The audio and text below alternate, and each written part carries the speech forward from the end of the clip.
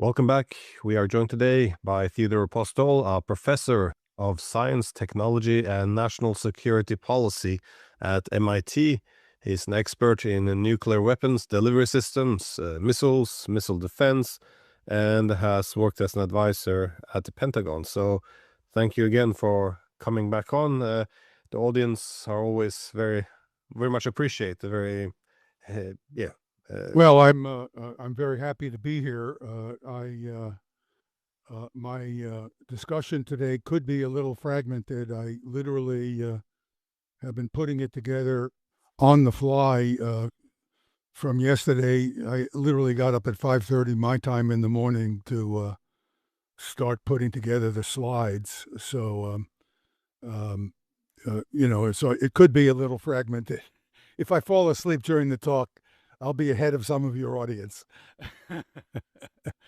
It's probably everybody who's following the situation agrees that Israel and, of course, the United States has made a tremendous strategic blunder, that the war is not going well for either the United States or Israel. And in fact, I think we will find that the war is going to go worse and worse as time goes on.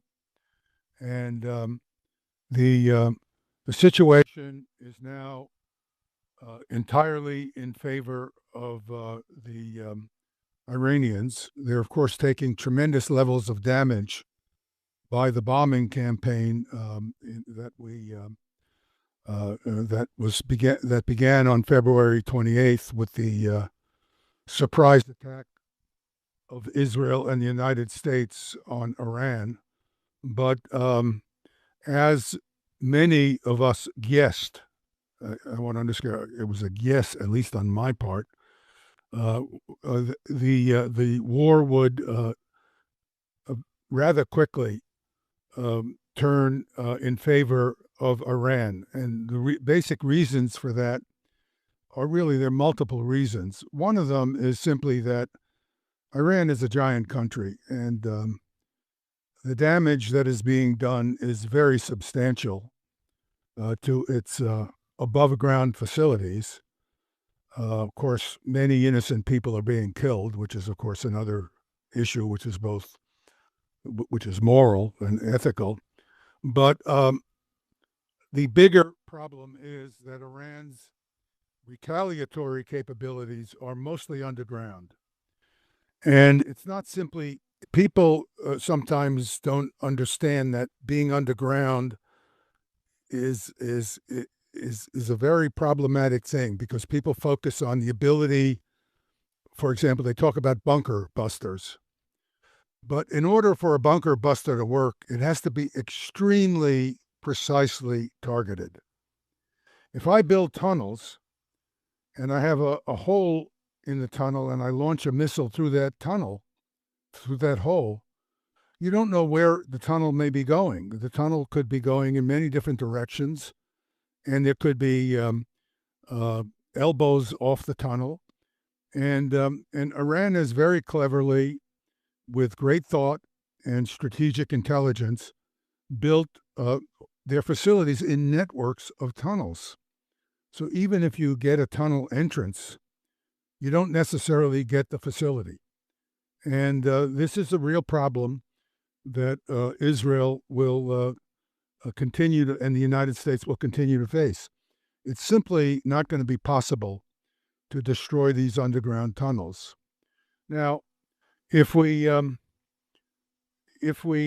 look at the capabilities that Iran has to retaliate, it's basically has to do with the total number of missiles and the accuracy of these missiles over time. Now, we're not just talking about ballistic missiles. We're talking about drones. Now, the drones are very tend to be less of a focus until more recently of most people, because they move slowly. They're not exotic. The technologies in them don't appear to be, although the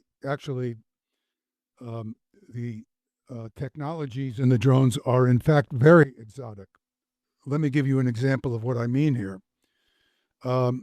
Improvised explosive devices, which have run havoc with the American invasion in Iraq, for example, are typically incorrectly described as low technology devices. They are, in fact, very high technology devices because you attach a cell phone to this explosive device. The cell phone is itself an extraordinarily high technology device. Now, you may not be able to build it, but you can purchase it because it's a commercially available item. And of course, if you can use it, you have an incredibly sophisticated weapon to use against your adversaries. Now, the drones have turned out to be rather similar, but in some ways more revolutionary than, for example, the improvised explosive device. The drones have the availability of satellite navigation.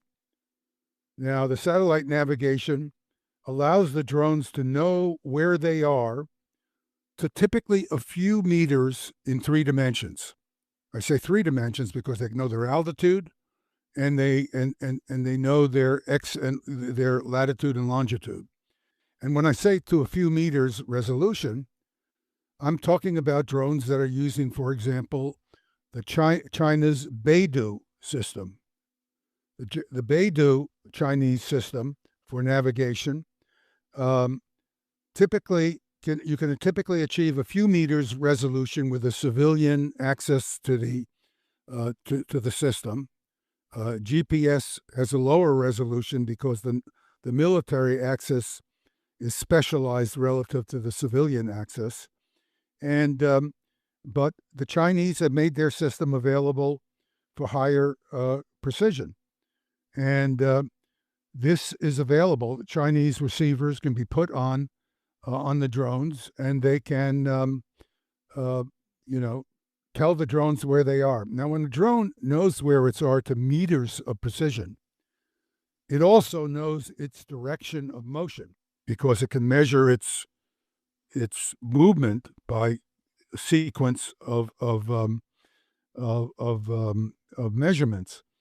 Now, if you know your direction of motion and where you are, you know, and you have satellite data of the kind that we now know the Russians and the Chinese are now giving Iran. The satellite data tells it the latitude and longitude and altitude, how much above sea level or at sea level, any particular target of interest that is not moving can be to the Iranians. And because of that, the ability to find a target is very good. This means that if I want to send an image to the drone, I don't need a lot of data.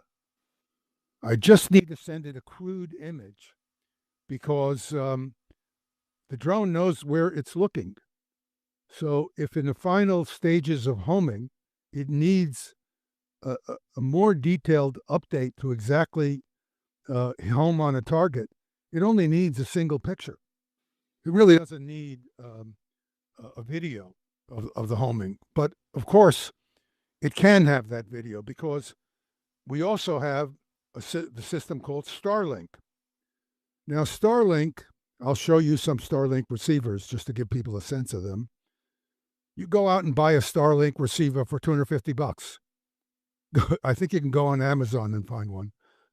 It's about 1 foot on the side, weighs much less than a pound, only requires about 20 or 30 watts of power, which can easily run off a generator on the drone or a battery.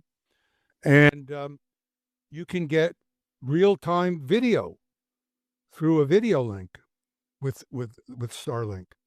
Now, there's no way to turn off the Starlink system unless you turn it off for a whole region, because people buy Starlink in order to get the equivalent of cell phone access.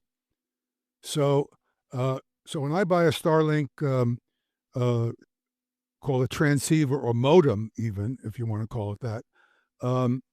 I can put it on the back of a drone or integrate it into the wing of a drone. And once the drone starts communicating, there's no way for anybody, including the people who operate Starlink, to know what I'm doing with that communication system because everything's encrypted. So there's no way to say, oh, it's Glenn Deason, flying his drone against that poor radar. They don't know. It's an encrypted communication from one of a million or so they have so far of these mobile transceivers or modems that they've already sold, selling more at a fantastic rate. So now you have this ability for drones to get all this data. And that combination is extraordinarily revolutionary in terms of the damage inflicting capability those drones now have. And that is all in the hands of the Iranians. Plus, you have the ability to build these drones very easily because everything is commercial, including this Starlink modem, which by itself, if you just talk about the technology needed to implement this, it's fantastic. It's the most advanced technology the West can produce. It doesn't matter. What matters is it's commercially available and anybody can use it. That's what matters. And this is now ubiquitous and universally available. Now, just to give you a sense of how my understand, I want to be clear. I want to give your audience a little bit of a chance to understand how my own judgments have evolved over time. This shows you the hit points at the Nevatim Air Base in Israel, which occurred in October of 2024, when the Iranians retaliated for one of the many Israeli attacks on them, and basically from these hit points you can get an estimate of what the actual accuracy of the ballistic missiles are.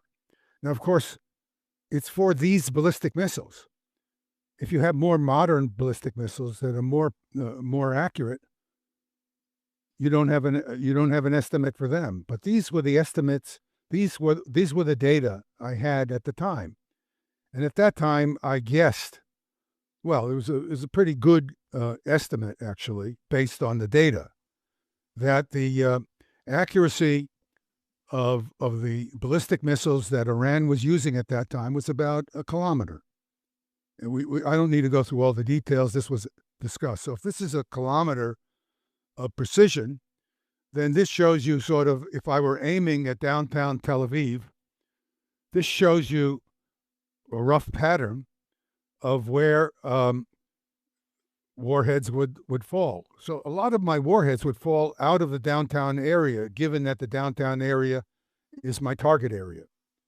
Now, if I just improve my accuracy by a factor of 2, I get a 500-meter precision. You see, all of a sudden, I'm not only, I'm really getting more and more and more damage-inflicting capability with greater precision. And what we're now seeing is that the more capable and modern Iranian ballistic missiles are much more accurate than even the 500 meters we're seeing here. And there's some evidence for that. You can even see that if you have a studied eye. I mean, you have to accept that I have some experience with these matters. Here you can see 4 frames of an incoming, modern, advanced ballistic missile. Now, if you look here, you can see that is a reflection off the lens of the camera. You can tell that because you see that it tracks exactly with the location of the bright spot, which is the real warhead. Notice that there's a trail associated with this warhead, along with a tail, which is kind of a wake. There's tiny luminous particles in the wake. But this trail is due to the fact that there's a rocket motor on this warhead. And this rocket motor is working against the drag of aerodynamic drag, to keep this thing at a high speed. It's also keeping it on a stable trajectory. What we were seeing the earlier Iranian ballistic missiles, these were the less advanced ones, you could see warheads tumbling, you could see missiles breaking up at high altitude, if you know what you're looking for. I can give a talk on that. It doesn't really matter, but here you see an extremely stable reentry trajectory. So what does this mean? This means that if I have a Baidu navigational receiver on this, and it's giving me meters of precision in telling me where my location, then I'm going to have probably many tens, or probably a few hundred meters of accuracy when I hit the ground. The reason I have less accuracy than my knowledge or my position is it's very hard to control the incoming missile. It's coming in so fast. So typically you'll hear the terminology guidance and control. Guidance refers to knowing where I am. Control is making sure that my system is not wobbling around when I'm coming in, and Mach 12 or Mach 13. So, but what we see here is a very energetic explosion. Notice that the sky is blue. The reason, if you see later frames, it turns red. This indicates that it's a very high energy density in the explosion. And that's because you're not only seeing the explosive effect of the explosives on the warhead, but you're also seeing the kinetic effect of just the motion. This thing's coming in so fast, it gets converted to kinetic energy. So it gets converted to a molten mass of material that's so hot, it's radiating blue light, which is hotter than the light that would be radiated if it's cooler, which would be closer to red. So you can really tell how intense these explosions are.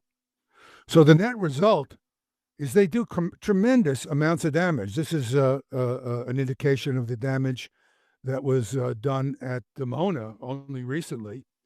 And you can see that although this munition seems to have, I can't, unfortunately, people insist on putting these labels on their video frames.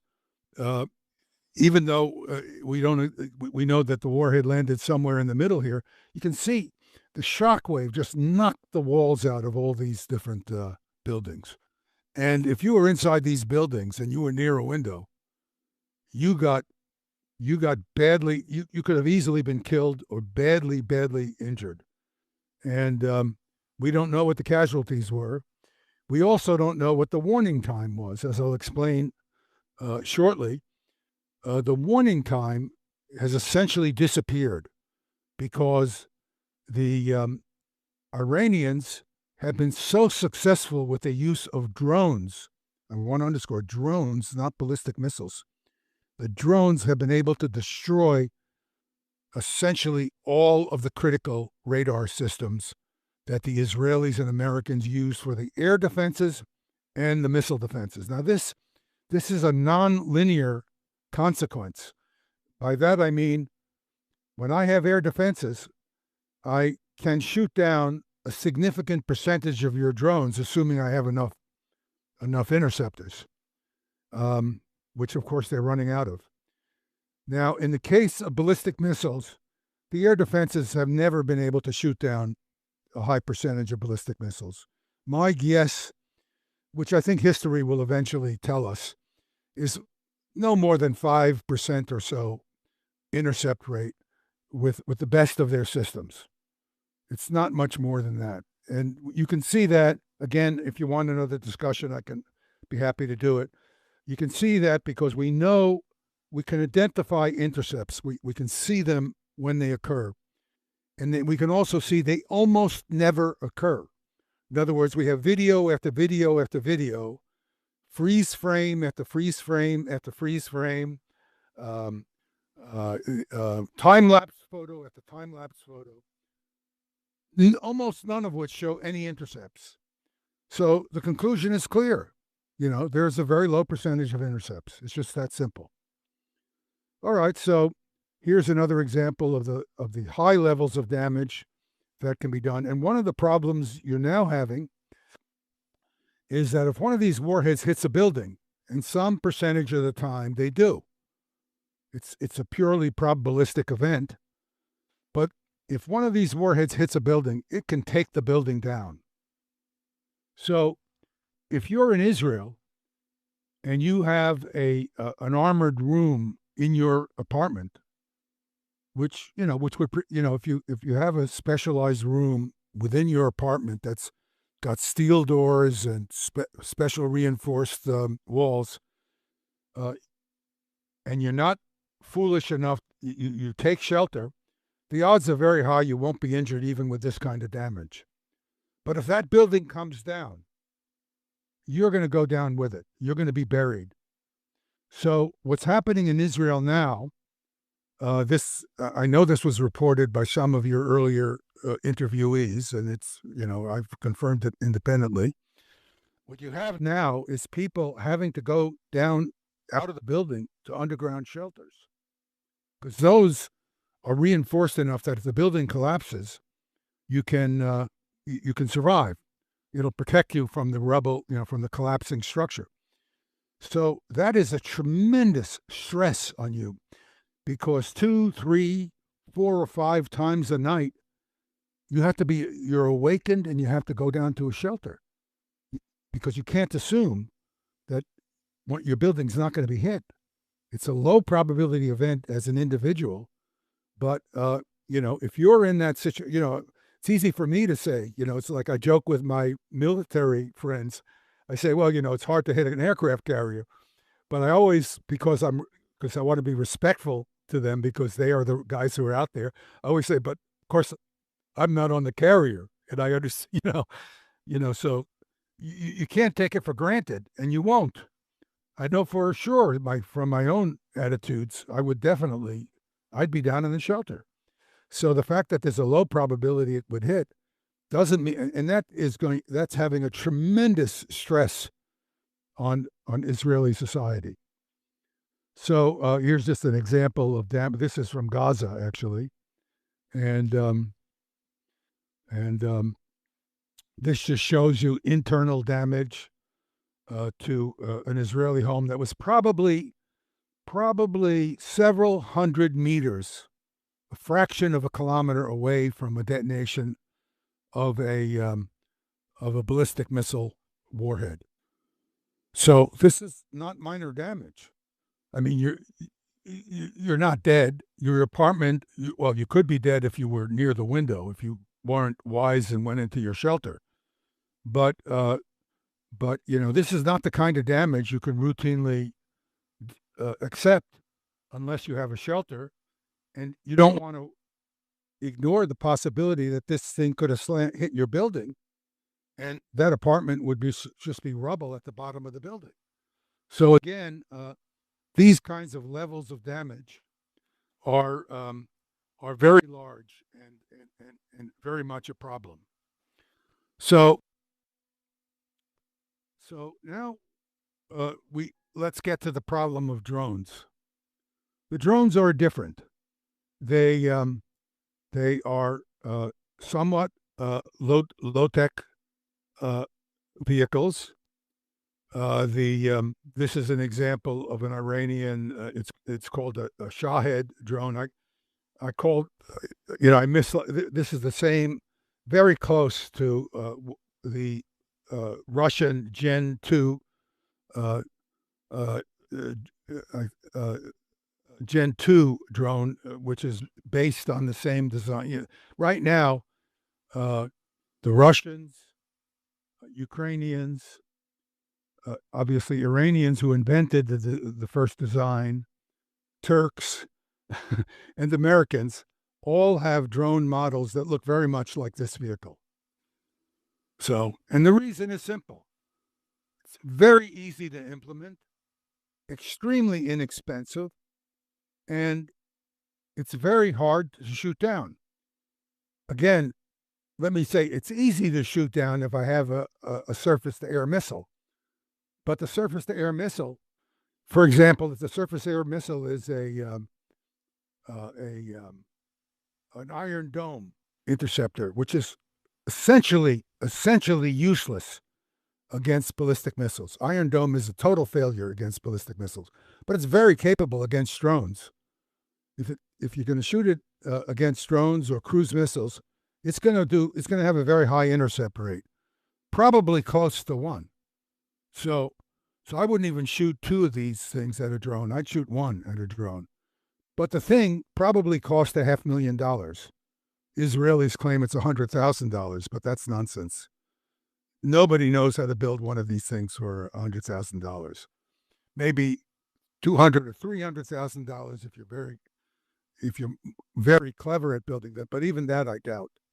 So you're talking about a $500,000 intercept. If you're talking about a Patriot, you're talking about a $1 million to $4 million interceptor, depending on whether it's a Patriot PAC-2, Patriot Advanced Capability 2 interceptor, or a Patriot Advanced Capability 3 interceptor. That's a $4 million interceptor.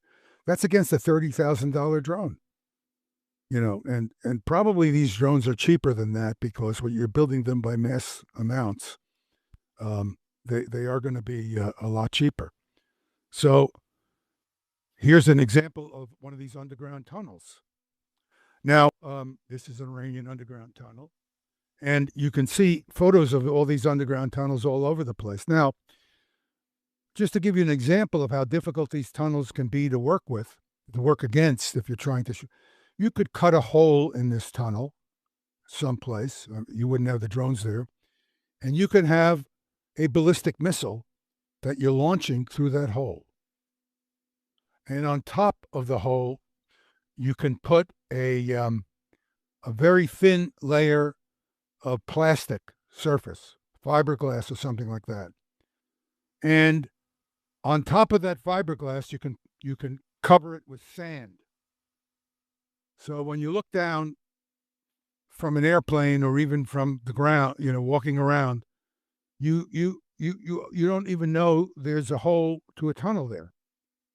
I was in Vietnam as a visitor, fortunately, and I was standing next to, literally a foot away from a hole into an underground tunnel that the Vietnamese had been using against the Americans during the war. And this, fortunately friendly, because I was visiting, Vietnamese guide popped out of the ground. I had no idea that the hole was so close to me. When he went back down, I couldn't find a hole, even though I had been standing next to it. I mean, it's very hard to identify these holes. And you put the missile there, and you just fly through the cover. And now, let's say I know the hole is there. So I come with one of my bunker buster bombs, because I'm into bunker buster bombs, and I just drop it through that hole, and I do a lot of damage locally. But I don't know that there aren't tunnels running all around this thing. I mean, I could have tunnels coming off with holes, and I can seal those tunnels to blast, and then I can reuse them at some later time. And this is what we're dealing with from ballistic missiles too. A lot of these ballistic missiles are being launched from underground. So now the ballistic missiles are less accurate, but they have much bigger warheads, and they're doing tremendous general damage. So it's a very bad situation from the point of view of both the Israelis and the Americans. Here's another example of these things stacked. Now you see these drones are stacked in these canisters here, but look at this back here. It's probably God knows how many canisters. And look at this tunnel going on. You don't know what other tunnels are going elsewhere. So this is the kind of complex you're never going to be able to destroy. Even if you had nuclear weapons and you went after them, you would not be able to destroy them. You'd be able to destroy larger areas of them, but you would definitely not be able to destroy them.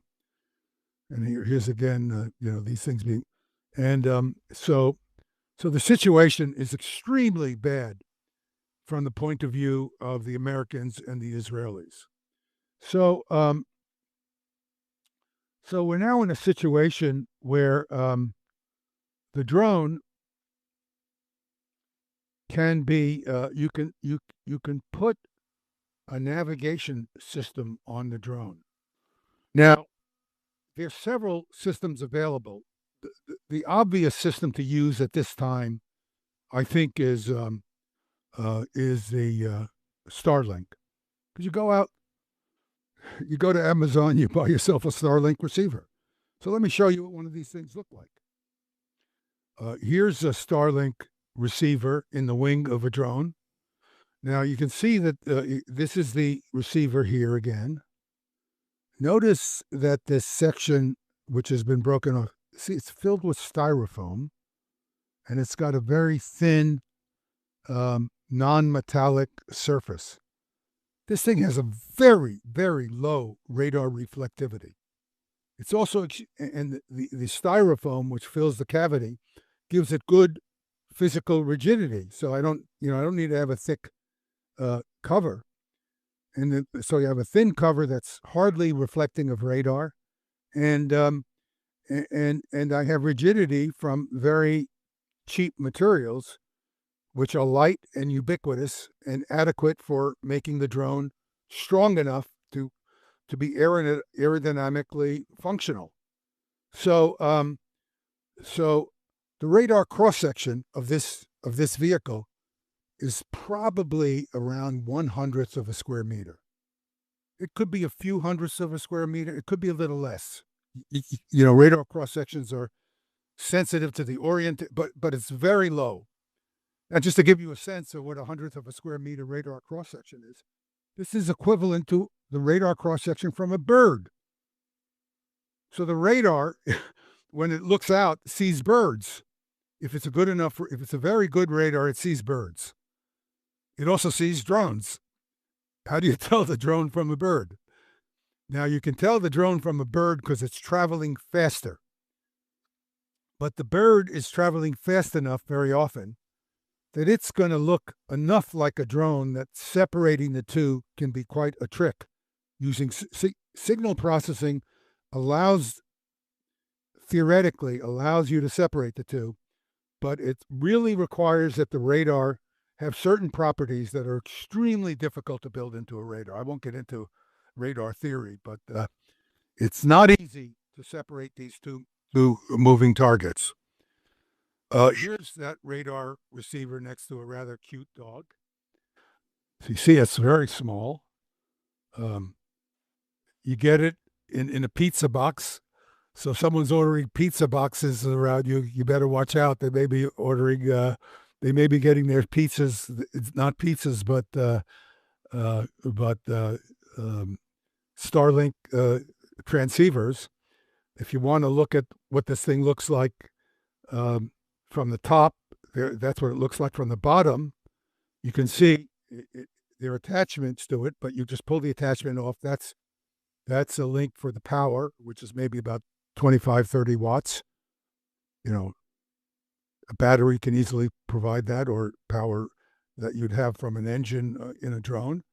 And, it's basically allows you to have a TV camera on the drone. So here's an example of a drone that has a TV camera on it. Now, the TV camera is no use unless you can transmit the signal up into space to a Starlink satellite. The Starlink satellite sends the data through a laser link to other satellites. That laser link eventually delivers the signal to someone on the ground who can see what's happening. And as the drone homes on the target, they can send commands to the drone to give it, perfect precision. So now let's not even bother with this. So if you want to see what one of these drones can do in damage, it's not close to as powerful as a ballistic missile warhead. It's maybe 100 kilogram, 50 kilograms to 100 kilograms, but that's a lot of damage if you can point it directly at objects. And so uh, here are examples of damage done by drones. So it's not something you would ignore. So if you were in a safe apartment in this second floor unit, you would probably be killed because the building would collapse. So if you, this is from, I think this is actually from Ukraine, but the point is, it could be Israel, and a safe room is not adequate. So even against drones, safe rooms are not necessarily adequate. You really want to go to a basement shelter, where the walls, where the ceilings and structure's not going to collapse on you. So this means that if you're sheltering in place means a basement somewhere, a strong fortified shelter. And that's, that is disrupting your life in a very major way. Here's, of course, an apartment building that was hit and by a drone. All right, so how have these drones been used more effectively? And by more effectively, I mean they have been destroying radars. And those radars are really important. The radars are the eyes and ears of a defense system. If you don't have eyes and ears, you cannot intercept anything. When I am attacking your country, the first thing I want to do is destroy the radars. I don't even care about the interceptors, although it turns out we're running out of interceptors too.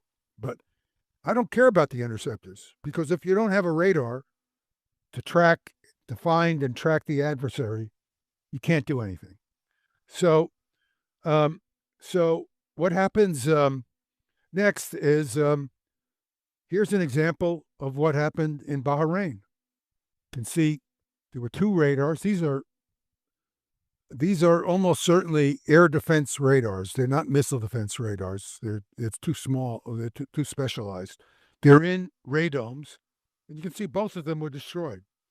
I don't know whether this happened February 28th or March 2nd or 3rd, but it happened very shortly after the war began. So here's an example, again, to let your audience understand what I understand and when I understand it, because I want them to understand that I don't claim a visionary understanding of the situation. When I saw this, I said, these guys have got the problem under control. It's not obvious that they would have the ability to home, although there was evidence that they could do that earlier, but I wasn't sure they had it.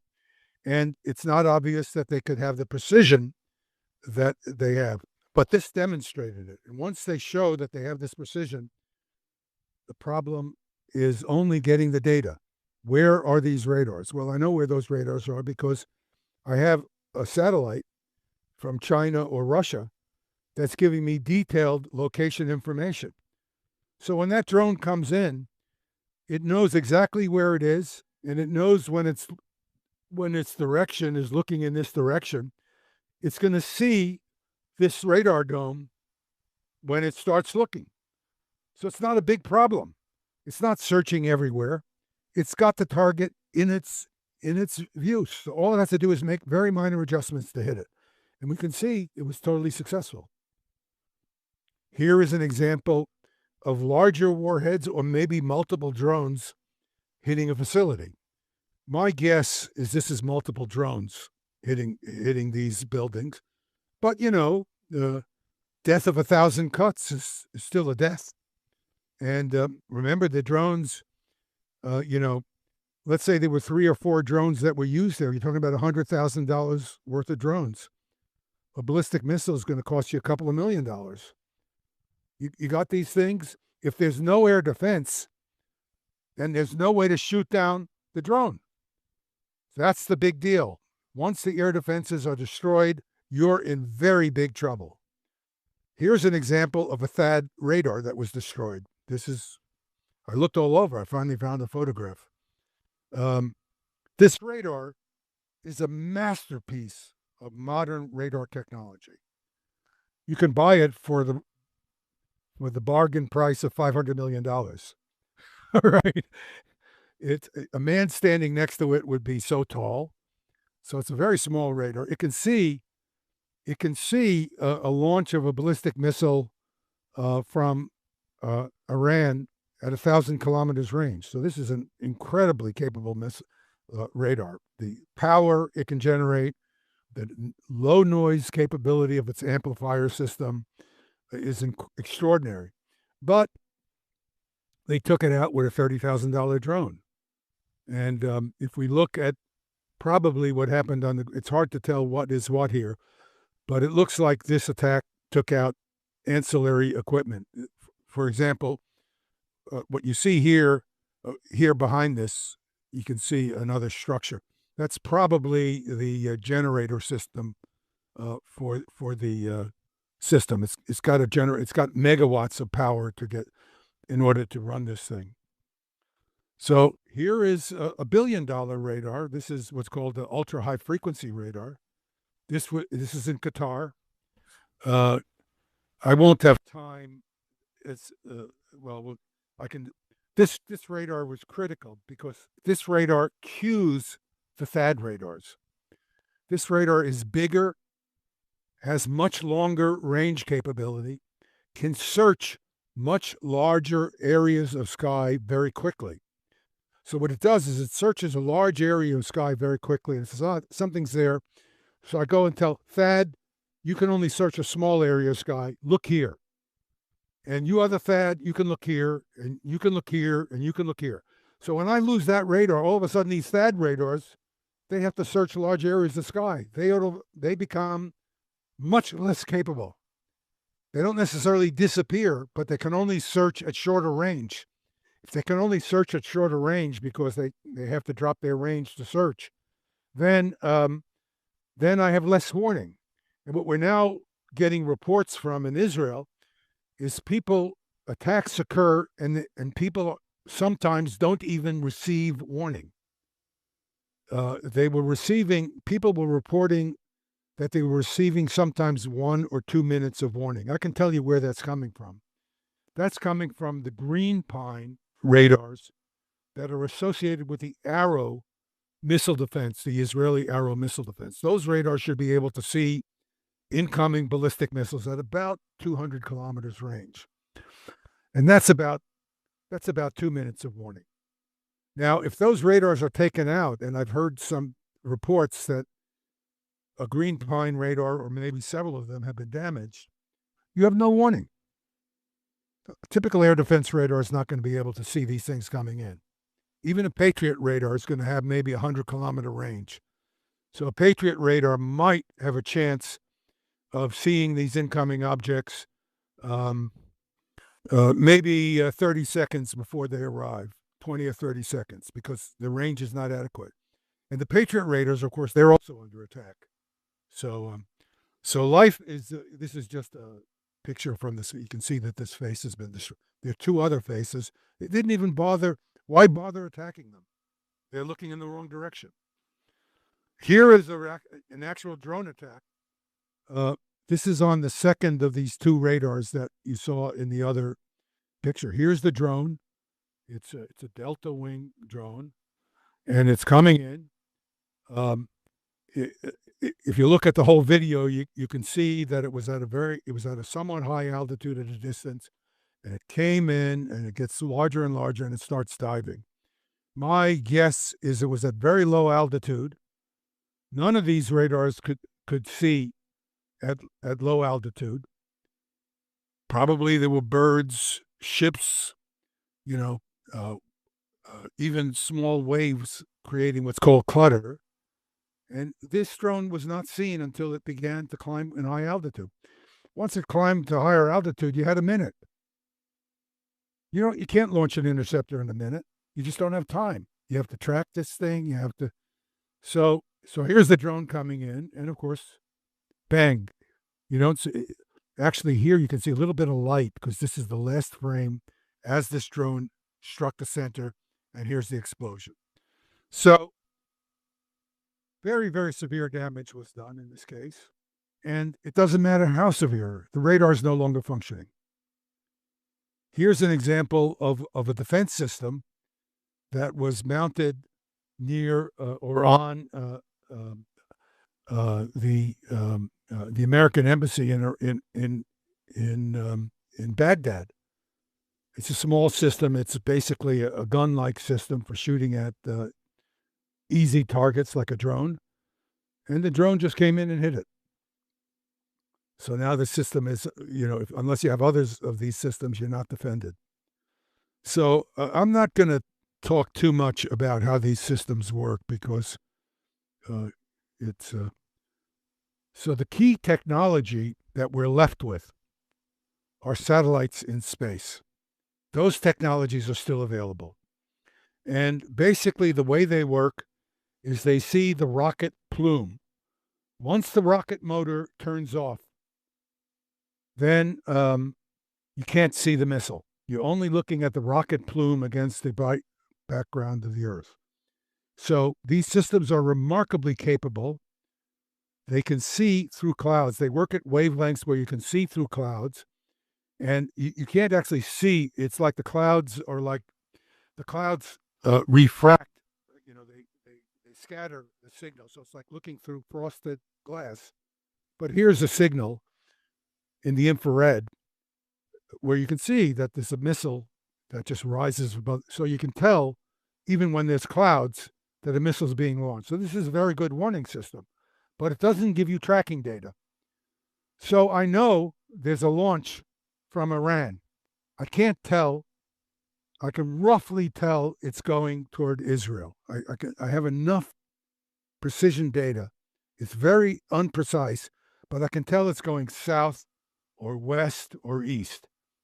Not much better than that, but enough. If it's going south, it's going toward Israel. I don't know where in Israel. I don't know if it's going to hit Haifa, Beersheba, Dimona, Tel Aviv. So what do? I have no choice but to issue a warning to the whole country. Well, if I issue a warning to the whole country, everybody is getting out of bed and going to shelters. This has a tremendous psychological impact over time. Spend a few nights getting up 3 or 4 times a night and see how you feel about it. So I won't go into the satellite details. So the effectiveness of these drones is certainly going to increase in time. Here, the Royal United Services Institute just came out a few days ago with a very interesting study where they projected how soon, based on what their estimates of consumption of interceptors are, that the different defense and offensive systems would be. It's a bigger study than this. What I did is I took one of their tables, which was much longer than this, and I just extracted Israeli defensive systems, because we're talking about the defense of Israel at the moment, at least the pressure that's going to be on the Israeli government from these attacks. And what they're saying, it's their estimate, so we can't say for sure, but according to them, at the rate that Arrow interceptors are being depleted, Israel's going to run out of interceptors the 27th of March. Who knows if they're already out of it or not? And early April, David Sling. Of course, in my view, neither of these systems matter much because they're not intercepting much anyway. They're against ballistic missiles. The THAAD system is already not operating because the THAAD radars have already been destroyed. So I don't even know why they give THAAD 18 days before depletion, because it's not functioning. THAAD no longer exists. Iron Dome exists at some level against drones. Iron Dome is useless against ballistic missiles. So the ballistic missiles are coming in essentially unhindered. But against drones, the Iron Domes may or may not. In fact, I had a conversation with a very dear friend of mine, an Israeli, and I asked him, I said, why the hell didn't the Israeli military put the Iron Dome interceptors on the air defense systems? They have to know that they can't shoot down ballistic missiles. Defend your air defense assets, the assets that are going to be attacked by drones. And he said to me, he says, they just didn't think. I mean, this guy is one of the smartest people. You know, he's a brilliant guy, a very decent. Incidentally, he's against the government, uh, but and he's clued into the system because he's an active soldier, and he says they didn't think, they weren't thinking. Then they have air-to-air missiles. Well, air-to-air missiles are almost useless. An airplane can only be airborne a certain amount of time. The drones can be coming at any time. You still have to find the drone, so you need a radar system to cue the airplane. So you really don't have much in the way of capability. I'm not going to talk about the Baidu system for the moment, if you don't mind. But what these air defense systems do need are surveillance and tracking capabilities, and that's what the Ukrainians are supposedly bringing to the game. They've been talking. I think it's unlikely that the Ukrainian defenses are going to have any utility at all, and the reason is you don't have air defense radars. Now, what you can use are things like acoustic detection. The drones are noisy. So here's an example. This is a street detector. You don't have the benefit of our of American society where we have gunshots on our streets routinely. You're just too civilized in Norway there. But here are three. These are three microphones, and by doing time delay, time difference of arrival, I can use an array like this hanging from a pole to tell the direction the direction from which a gunshot is coming from, because the gunshot is very distinct, and I can measure the time at which the impulse occurred and the time difference, and I can triangulate to its look. And so if I have if I have these on street poles in your favorite neighborhoods, I can tell where gunshots occur, and so I can direct the police to areas where things are happening. This is not a new idea. Just to give you a sense, here is what was done during World War I. These are air defense acoustic sensors, and they would be used to tell, to look for airplanes, which of course made a fair amount of noise. These are the kinds of systems you can now build. There are variants of these kinds of systems already in existence, but that's about the best you will be able to do against these drones. And the propagation of the sound in air is going to make it extremely difficult to be able to track these drones, even if you can occasionally track them. So basically, here's a wonderful example of one of these systems. This is, and you can build an electronic version of this with soldiers on the ground. And I highly recommend this is what you want to give your soldiers, because soldiers are being killed by these drones all over the place.